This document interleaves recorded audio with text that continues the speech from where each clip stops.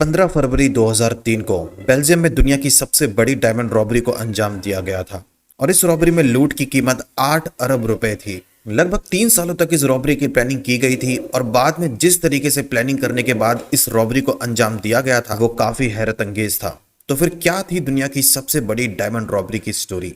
Let's start this case.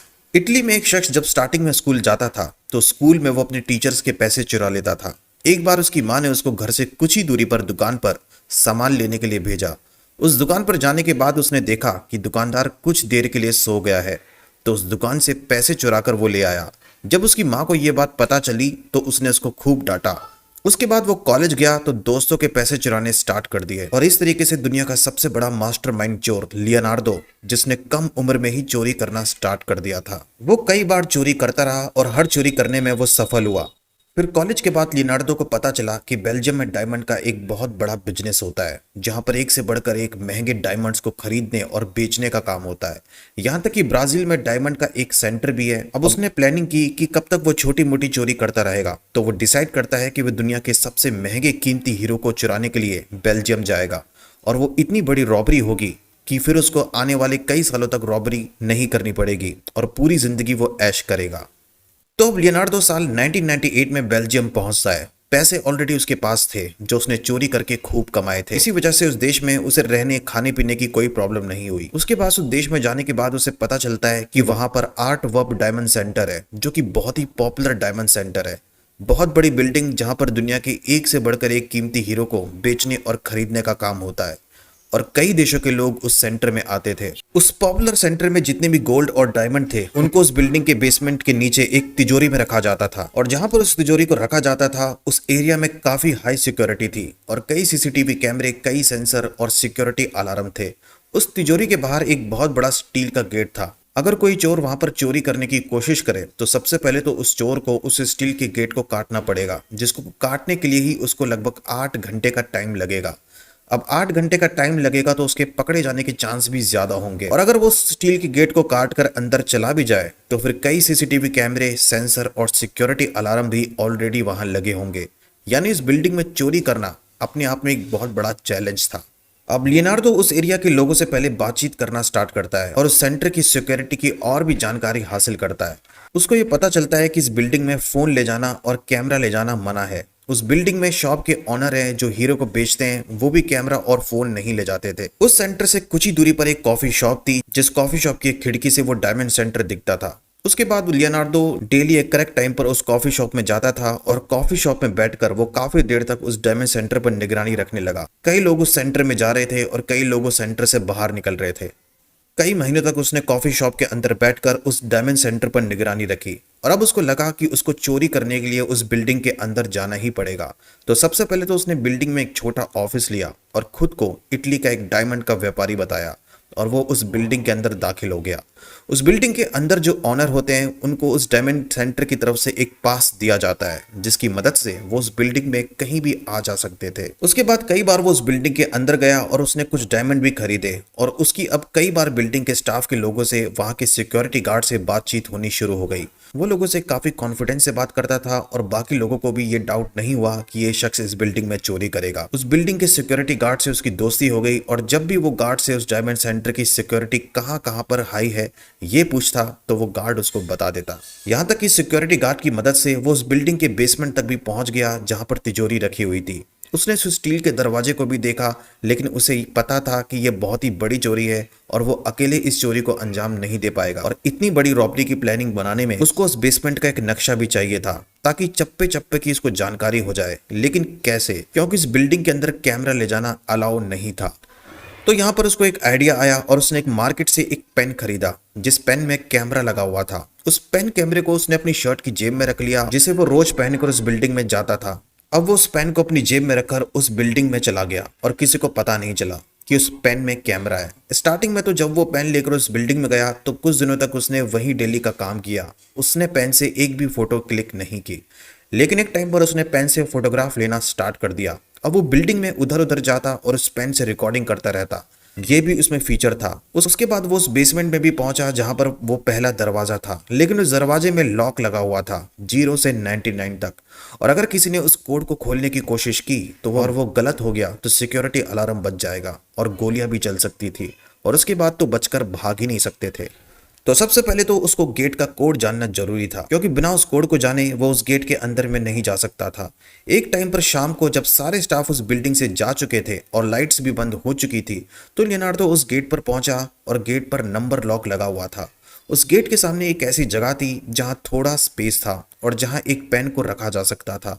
उस जगह का एंगल ऐसा था कि वहां से नंबर कोड का पता लग सकता था अगर कोई सिक्योरिटी गार्ड उस नंबर लॉक को अनलॉक करने की कोशिश करे। तो स्टार्टिंग में उसका प्लान ये था कि उस जगह पर एक पेन रखे और उस पेन में वो अनलॉक नंबर रिकॉर्ड हो जाए जब कोई सिक्योरिटी गार्ड उस नंबर लॉक को अनलॉक करे।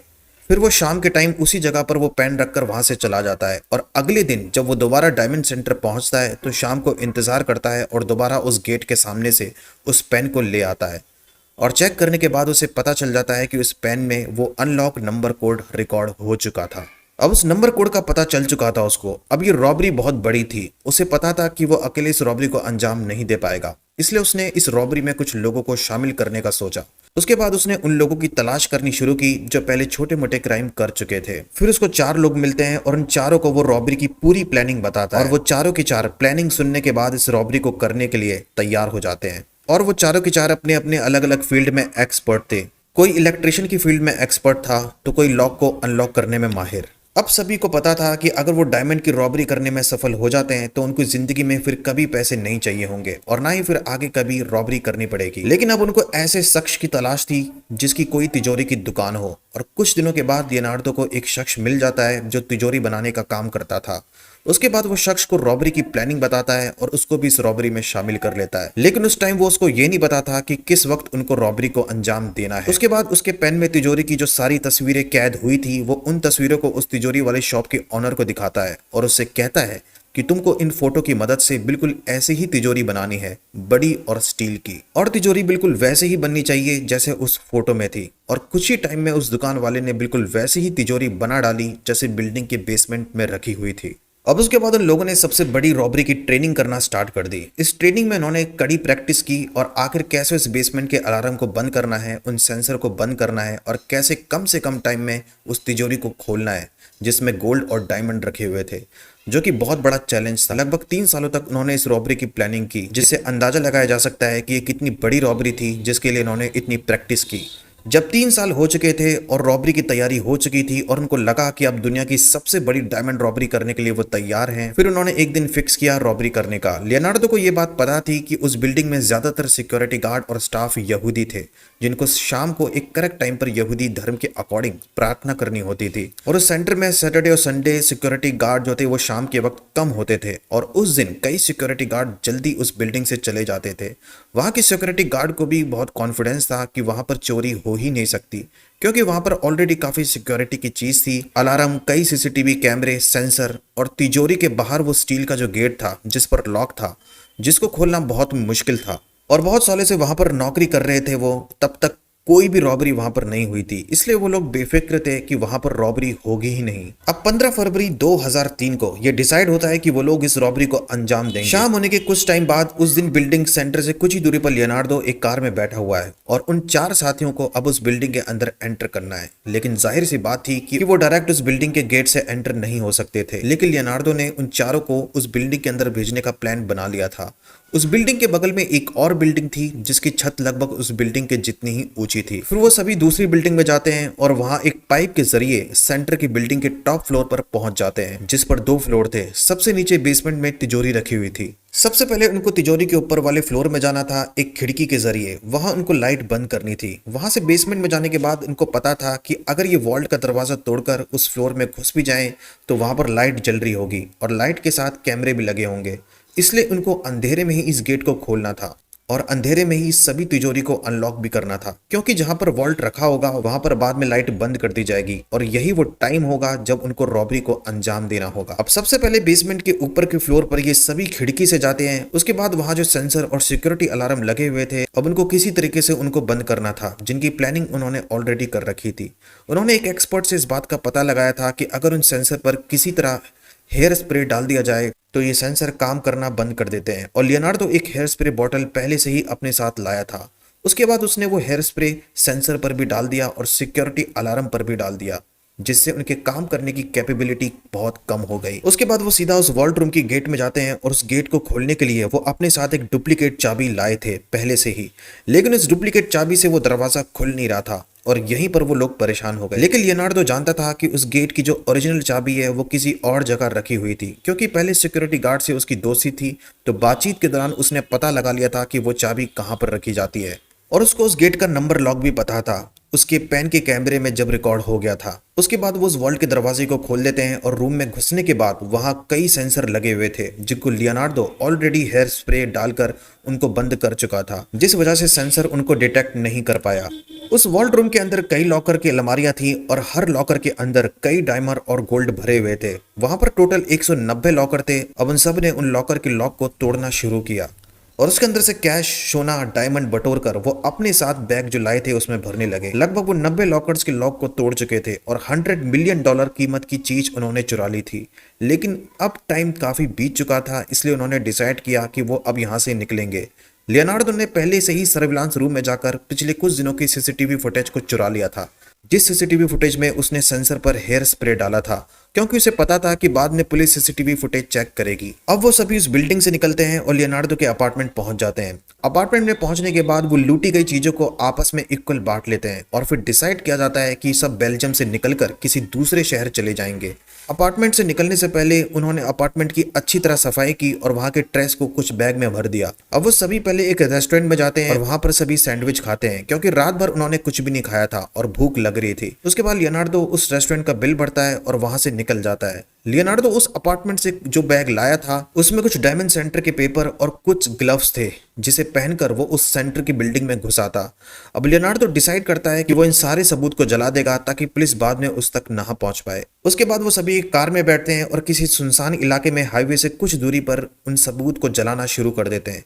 लेकिन उनमें से एक शख्स ने सामान जलाते हुए गलती कर दी। सबसे पहले उसने जो सैंडविच खाया था वो पूरा नहीं खाया और थोड़ा सैंडविच वहीं पर फेंक दिया, और कुछ सामान जो उसने जलाए थे उनमें से कुछ जले नहीं थे। ऐसे ही वहां से वो निकल गया। अब सभी अलग अलग शहर के लिए निकल गए और जब सुबह के टाइम टेबल के अकॉर्डिंग स्टाफ के लोग उस डायमंड सेंटर में घुसे तो कुछ ही टाइम के बाद ये खबर पूरे देश में फैल गई कि डायमंड सेंटर में पूरे 8 अरब हीरो की चोरी हो गई थी। ये खबर जब बड़े बड़े बिजनेसमैन को पता चली, जिनके डायमंड उस बिल्डिंग के अंदर रखे हुए थे, वो समझ गए थे कि वो बर्बाद हो चुके हैं। जिन लोगों को कई सालों से लग रहा था कि वो हीरे उस बिल्डिंग में हमेशा सेफ रहेंगे, अब पूरी तरह वो हैरान और परेशान हो चुके थे। ये न्यूज़ कुछ ही टाइम में पूरी दुनिया में पॉपुलर हो चुकी थी। सभी न्यूज़ चैनल पर ये न्यूज़ आना स्टार्ट हो गई थी। अब पुलिस की टीम उस डायमंड सेंटर की बिल्डिंग में पहुंचती है और इन्वेस्टिगेशन स्टार्ट करती है। सबसे पहले सीसीटीवी फुटेज में पिछले दिन के टाइम को चेक किया जाता है और उन सभी गाड़ियों का पता लगाया जाता है जो उस वक्त उस बिल्डिंग के बाहर खड़ी थी। उनमें से एक गाड़ी पर पुलिस को डाउट होता है और बाद में पता चलता है कि वो गाड़ी हाईवे की तरफ गई थी। अब पूरे शहर में नाकाबंदी की जा चुकी थी और चप्पे चप्पे पर पुलिस की टीम को लगा दिया गया था। बड़े पैमाने पर इस केस की इन्वेस्टिगेशन स्टार्ट कर दी गई। पुलिस की टीम हाईवे की तरफ बढ़ी और वहां पर वो उस रेस्टोरेंट में पहुंच गई जहां पर उन सभी लोगों ने सैंडविच खाया था। अब उस रेस्टोरेंट में जाने के बाद उस रेस्टोरेंट के ओनर से पूछा गया कि वहां पर अब तक कितने लोगों ने खाना खाया है। उस रेस्टोरेंट में सुबह से वो 5 लोग ही आए थे। फिर उस रेस्टोरेंट के ओनर ने पुलिस को स्लिप दी और उसमें लियोनार्डो का नाम और एड्रेस लिखा हुआ था। उसके बाद पुलिस की टीम हाईवे के पास एक सुनसान इलाके में पहुंच गई और वहां पर कुछ चीजें जो नहीं जली थी उस टाइम वो पुलिस को मिल गई। अब उन सबूत को इकट्ठा करके पुलिस लियोनार्डो के एड्रेस तक पहुंच जाती है और उसके घर जाने के बाद लियोनार्डो को अरेस्ट कर लिया जाता है। फिर उसे पुलिस स्टेशन ले जाया जाता है और उससे पूछताछ स्टार्ट की जाती है। स्टार्टिंग में तो वो मना करता है कि वो कुछ नहीं जानता, लेकिन उसके खिलाफ पुलिस के पास ऑलरेडी एविडेंस थे जो उसको सजा दिलाने के लिए काफी थे। उसके बाद ये केस जब कोर्ट में जाता है तो लियोनार्डो दोषी साबित होता है और उसको लगभग 10 साल की सजा होती है। लेकिन जब लियोनार्डो से कैद के दौरान पूछा गया था कि उसके बाकी के साथी कहाँ पर है तो उसने चारों का नाम भी नहीं लिया। जब वो जेल में था तो कई मीडिया की टीम उस जेल में पहुंची उससे बात करने के लिए। ये रॉबरी की खबर इतनी ज़्यादा पॉपुलर हो चुकी थी कि हर न्यूज़पेपर के फ्रंट पेज पर इस रॉबरी की न्यूज़ थी। लेकिन रॉबरी के केस में हैरानी वाली बात यह थी, कई सालों के बाद भी 8 अरब के हीरो में से कुछ ही हीरो को रिकवर किया गया था और बाकी के हीरो का कुछ नहीं पता चला कि वो कहाँ पर है। लियोनार्डो जेल में 10 साल पूरी होने के बाद ऑलरेडी वहां से बाहर निकल चुका है। उसके बाकी साथी कहाँ पर है ये आज भी किसी को पता नहीं, और उन हीरो का क्या हुआ ये किसी को पता नहीं। और आज के टाइम 21वीं सदी में ये हीरो की सबसे बड़ी रॉबरी का केस था, जिसमें 8 अरब कीमती हीरो की चोरी की गई थी। और जिस तरीके से इस चोरी को अंजाम दिया गया था वो हैरत अंगेज था, जिसने सभी लोगों को शॉक कर दिया था। तो इस स्टोरी में इतना ही। आपको इस स्टोरी कैसी लगी कमेंट में जरूर बताना, और अगर आप इस चैनल पर न्यू है तो चैनल को सब्सक्राइब करके जरूर सपोर्ट करना। मिलता हूं मैं आपसे नेक्स्ट वीडियो में। Thank you very much.